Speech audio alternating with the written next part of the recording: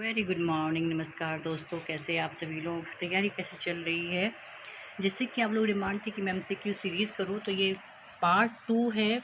मैंने MCQ series के नाम से ही प्लेलिस्ट बनाई हुई, आप उसमें पहली वीडियो जाकर देख सकते हैं, जो कि शेक्सपियर की लाइफ से जितने भी इम्पोर्टेंट क्वेश्चन थे उसमें लिए हैं। अब बात करते हैं कि जो शेक्सपियर के वर्क्स थे, ये 1 से लेकर 35 क्वेश्चन इस वीडियो में होंगे। लंबी वीडियो मैं नहीं बनाना चाहूँगी, इससे आपको सुनने में भी दिक्कत होती है। लंबी वीडियो के लिए टाइम नहीं होता है, तो मैंने छोटे छोटे ही क्वेश्चंस लूँगी, और लेकिन इम्पोर्टेंट क्वेश्चंस होंगे जो आपके लिए बहुत ही ज़रूरी है याद होने। Which of the following popular novels takes its title from Miranda's speech in William Shakespeare the Tempest act 5th scene first.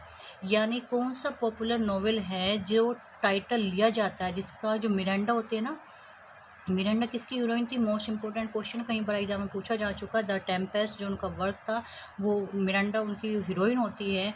तो उनका एक स्पीच था, उससे वो स्पीच कहाँ था? एक्ट 5th और सीन फर्स्ट में। उससे जो है एक नोवेल का नाम लिया गया है। वो स्पीच क्या था? ओ वंडर। तो ये लाइन भी वैसे याद कर लीजिए, एग्जाम में एक बार पूछी जा चुकी है। How many goodly creatures are there here, how beauteous mankind is, O brave new world that has such people in it. तो ये स्पीच था मिरांडा का, और एग्ज़ाम में ये पूछा गया है कि लाइन किस के द्वारा कही गई है या किस वर्क से ली गई है। तो यहाँ से जो था, ब्रेव न्यू वर्ल्ड एक नोवेल है जो इसी स्पीच से लिया गया है। ठीक है जी, आंसर इसका D. The essential Shakespeare is a work by, एक वर्क है एसेंशियल शेक्सपियर, ये वाला पूरा वर्क है, वो किसके द्वारा लिखा गया है?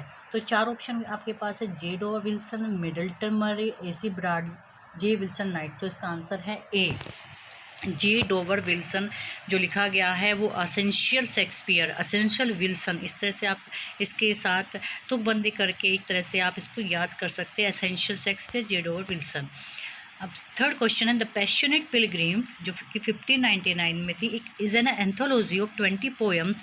इसके बारे में जो पैशनेट पिलग्रिम्स है, मैंने एक वीडियो बनाई हुई है विलियम शेक्सपियर की पोएम्स के अंतर्गत, आप वहाँ जाके सच्चे से पढ़ लीजिएगा। वहाँ मैंने बताइए एक एंथोलॉजी होती है 20 पोएम्स की, जो कलेक्ट की जाती है, पब्लिश की जाती है विलियम जैगार्ड के द्वारा। और वो एट्रीब्यूटेड किसको थी, समर्पित किसको थी? तो जाहिर सी बात है ये कहाँ किसको थी? W Shakespeare, William Shakespeare, Ben Jonson, Christopher Marlowe. तो ये आपका फर्स्ट ऑप्शन है, W Shakespeare. Which of the following is not a title to a play written by William Shakespeare. कौन सा टाइटल है जो कि विलियम शेक्सपियर के द्वारा नहीं लिखा गया? Henry 6, Henry 4, Henry 8 and Henry 7। तो ये जो आपका 4th है, 6 है और 8, ये शेक्सपियर के द्वारा लिखा गया है। तो ऑप्शन नंबर डी, हेनरी 7 जो है शेक्सपियर के द्वारा नहीं लिखा गया है। Which of the following works of William Shakespeare is written in 6-line stanza and show decided sign of maturity? ये क्वेश्चन मैं आपको ऑलरेडी करा चुकी हूँ, उसके पोएम्स के अंतर्गत उन्होंने कहा है कौन सा 6-line स्टेंजा है।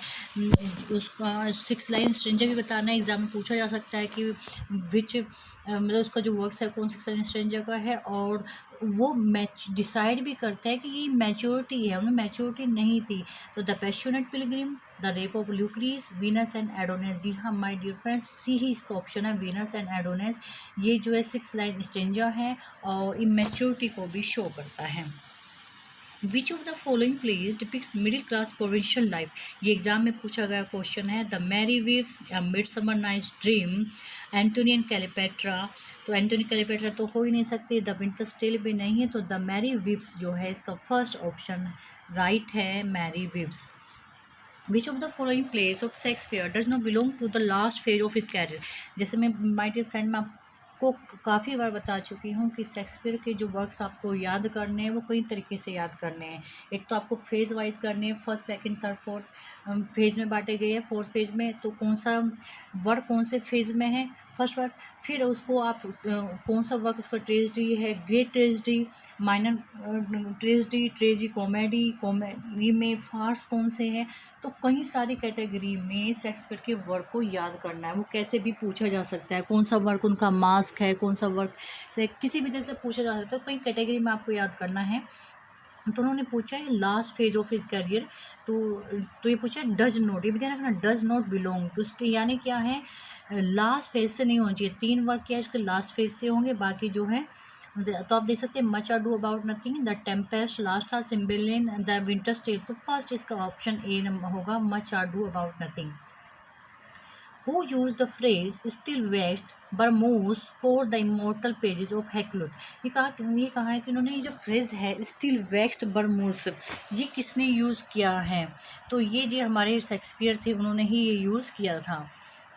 बात करते हैं between 1519 and 1593 the theatres were closed owing to, जो 90 और 93 के बीच में थिएटर जो क्लोज होते हैं वो किसके द्वारा, किस कारण से होते हैं, disturbance caused by the elites, no, disturbance caused by the people, disturbance caused by the actors, disturbance caused by the knights. तो ये एक्टर्स के द्वारा जो कोज होता है, डिस्टर्बेंस जो होती है वो एक्टर्स के द्वारा होती है। Which play was omitted from the first folio edition in 1623, कई बार एग्जाम में बार बार रिपीट होने वाला क्वेश्चन है, बहुत ही इंपॉर्टेंट क्वेश्चन है ये, that is Pericles. Who says the following lines? And my poor fool is hanged. No, no, no life. Why should a dog, a horse, a rat have life? And though no breed to at all. बहुत अच्छी लाइनें हैं और ये जो है King Lear ही कहते हैं, किंग लियर में।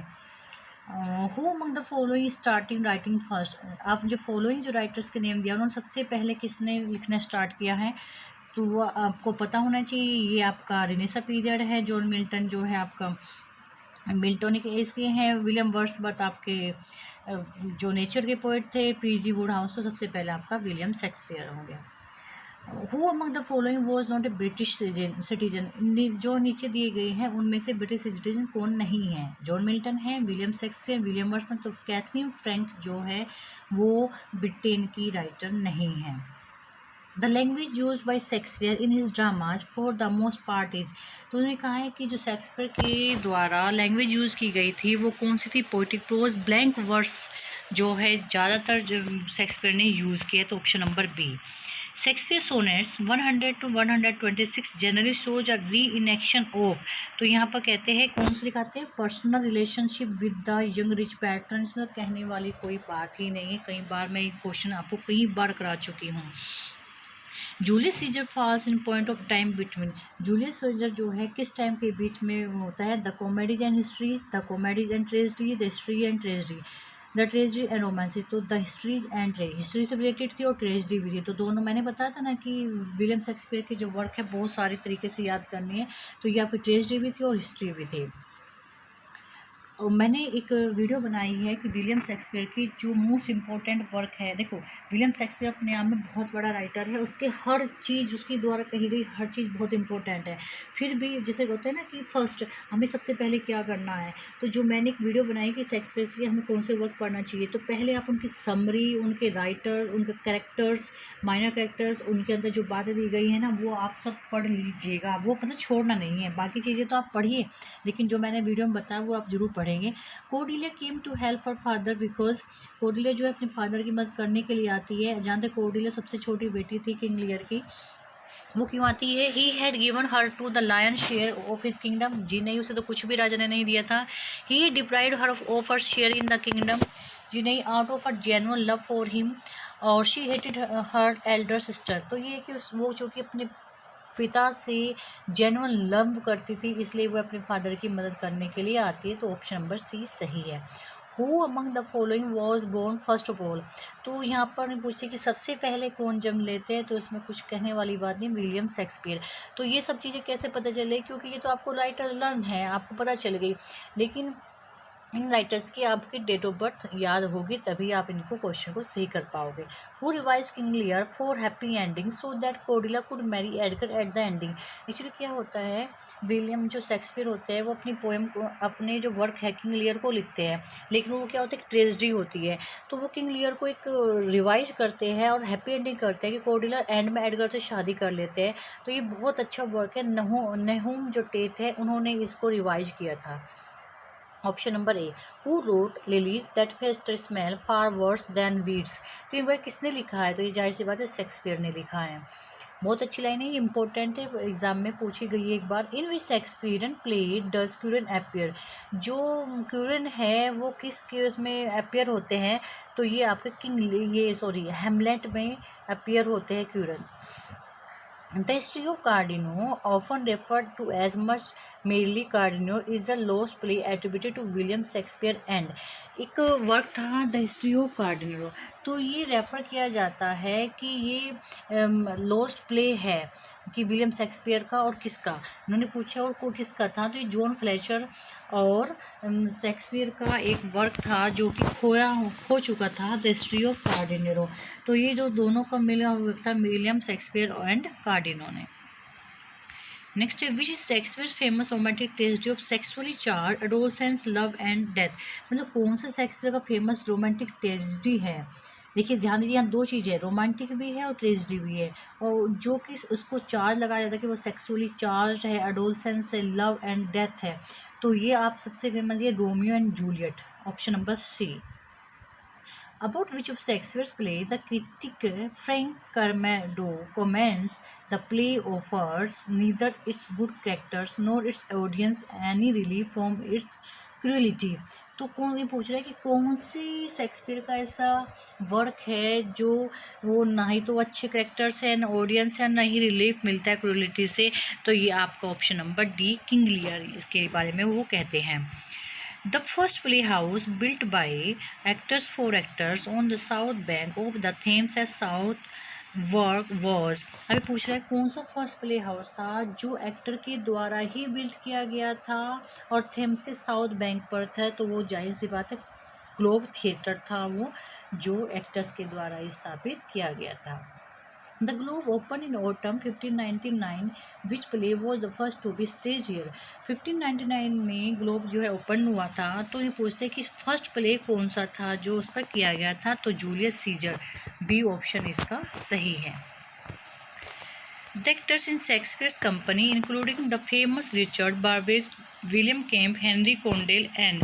अब यहाँ पर उन्होंने पूछा है कि जो शेक्सपियर कंपनी में जो फेमस कौन कौन एक्टर्स थे जो उनसे अटैच थे, तो रिचर्ड बार्बेज थे, विलियम केम्प थे और हेनरी कोंडेल थे। तो उन्होंने पूछा Ben Jonson, John Hemmings, Henry Fielding और मार्लो, तो जॉन हेमिंग उनके साथ में थे, option number B. First folio collected edition of Shakespeare plays contain 36 plays. आप सभी जानते हैं फर्स्ट फोलियो में 36 प्लेस थे, but how many of them were printed for the first time, लेकिन उनमें से ऐसे कितने थे जो फर्स्ट टाइम प्रिंट किए गए थे, वो थे 18, ऑप्शन नंबर डी। 18 ऐसे जो वर्क थे जो उनके फर्स्ट टाइम प्रिंट किए गए थे।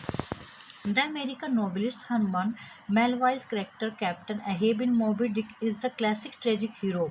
जो अमेरिकन नॉवेलिस्ट थे हरमैन, और उनका जो वर्क था, मतलब नॉवेलिस्ट हरमैन मेलविज का कैरेक्टर कैप्टन अहेब थे, उनका वर्क था मोबी डिक। मोबी डिक में कैप्टन अहेब थे, तो एक क्लासिक ट्रेजिक हीरो थे जो किसके द्वारा इंस्पायर्ड थे, वो हैमलेट के द्वारा, किंग लियर के द्वारा इंस्पायर्ड थे। The Swiss romantic artist Henry Fuseli, a friend of William Blake, translated Macbeth into। तो क्या होते हैं कि जो एक स्विस रोमांटिक आर्टिस्ट थे हेनरी फ्यूजले, कौन थे, हेनरी फ्यूजले, जो विलियम ब्लैक के फ्रेंड थे, उन्होंने मैकबेथ को किस में ट्रांसलेट किया था, वो थे जर्मन में। Who remarked that Shakespeare wanted art, कि शेक्सपियर जो है आर्ट को चाहते हैं, ये ऑप्शन नंबर बी आपका बेन जॉनसन। बेन जॉनसन ने विलियम शेक्सपियर के बारे में बहुत लिखा है, बहुत क्वेश्चन यहाँ से एग्जाम में आते हैं। मैंने बता भी चुकी हूँ कि वीडियो बना चुकी हूँ कि क्रिटिक्स ने, मतलब शेक्सपियर के बारे में किसने क्या कहा है, बहुत इंपॉर्टेंट वीडियो है, सबसे बहुत क्वेश्चन पूछे जाते हैं, बार बार रिपीट होने वाले क्वेश्चन है। मतलब देखो कई बार ऐसा होता है ना कि ये भी इंपॉर्टेंट है, ये भी इंपॉर्टेंट है, तो एक क्वेश्चन इस बार आ सकता है, एक क्वेश्चन नेक्स्ट टाइम आ सकता है, तो रिपीटेड का मतलब है कि इस बार नहीं पूछा, अगली बार पूछा जा सकता है, तो उनके रिपीट होने की संभावना बहुत ज़्यादा रहती है।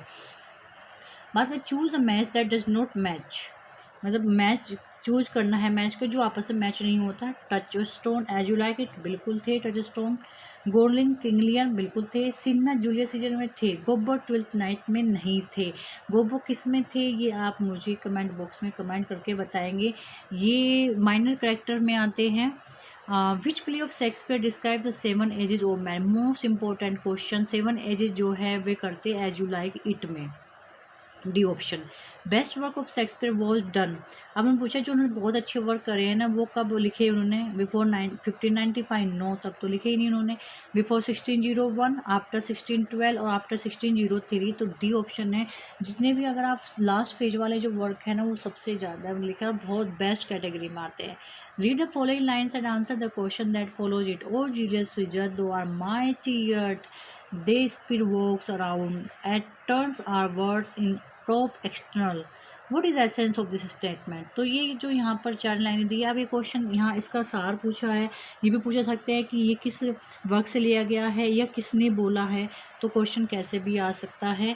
तो इसमें इसका कहने का मतलब क्या है कि Brutus was too mighty, no Caesar was mighty even after his death, बिल्कुल सही है ये। अच्छा, ये जो बातें हैं आप मुझे कमेंट बॉक्स में कमेंट कर बताएंगे। जो लाइन है ना बहुत important, O Julius Caesar thou are mighty, ये किसने कही थी, जूलियस सीजर के अंदर ये बातें किसने कही है, मोस्ट इंपॉर्टेंट क्वेश्चन है, आप मुझे कमेंट बॉक्स में कमेंट करके बताएंगे। सो माय डियर फ्रेंड्स, ये 35 MCQs क्वेश्चन थे। आपको आई होप आपको पसंद आएंगे। कुछ आपको न्यू, कुछ क्वेश्चन इसमें रिपीटेड है, हर बुक्स में आपको मिल जाएंगे, और कुछ क्वेश्चंस में आपको बिल्कुल न्यू मिले होंगे। देखिए सारे न्यू क्वेश्चंस की अगर मैं एक बार आपको पीडीएफ बनाऊंगी ना तो आपको भी मज़ा नहीं आएगा। MCQs करने में तभी मज़ा आता है अगर 50 क्वेश्चन है और उसमें से आप 30+ कर लेते हैं ना तो आपको अच्छा लगता है, और आपको बिल्कुल सारे नए क्वेश्चन मिल जाए तो मज़ा नहीं आता है। तो नेक्स्ट वीडियो के लिए आप वेट कीजिएगा, तब तक के लिए आपको बाय बाय। और वीडियो अगर पसंद आए तो उसको लाइक और शेयर करना ना भूलें।